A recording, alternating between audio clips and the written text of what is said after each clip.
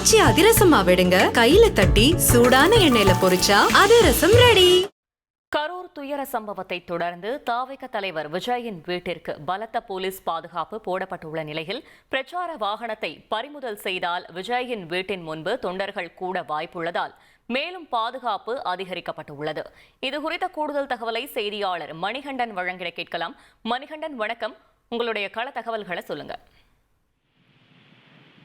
கரூர்ல கடந்த 27ஆம் தேதி சரியாக 8 நாட்களுக்கு முன்பாக இந்த வேலுச்சாமிபுரத்துல நடைபெற்ற இந்த துயர சம்பவத்திற்கு பிறகாக தொடர்ந்து கட்சியுடைய தலைவர் விஜய் நீலாங்கரை இல்லத்துல காவல்துறை பாதுகாப்பு அதிகபட்சமாகவே போடப்பட்டிருக்கிறது. கடந்த ஒரு வாரமாக இந்த பாதுகாப்பு நீடித்து வருகிறது. விஜய் வீடு மற்றும் வீட்டிற்கு செல்லும் இரு வழிகளிலுமே ஆய்வாளர், 2 உதவி ஆய்வாளர்கள் உட்பட 20க்கும் மேற்பட்ட போலீசார் பாதுகாப்பு பணியில ஈடுபட்டு வருகின்றனர்.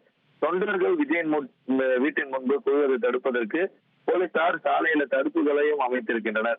அந்த வழியாக செல்லக்கூடிய நபர்களை சோதனை செய்து அந்த சாலையில வசிப்பவர்களுக்கு மட்டுமே அந்த சாலையை அணுகுவதற்கு ஏதுவான அனுமதியை காவல்துறையினர் வழங்குகின்றனர்.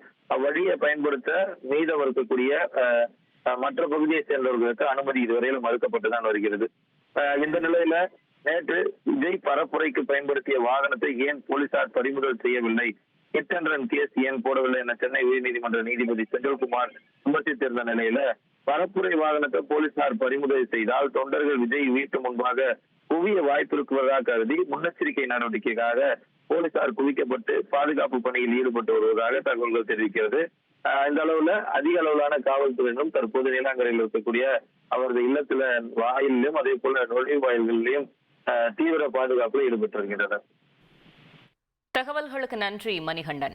ஆச்சி அதிரசமா விடுங்க, கையில தட்டி சூடான எண்ணெயில பொரிச்சா அதிரசம் ரெடி.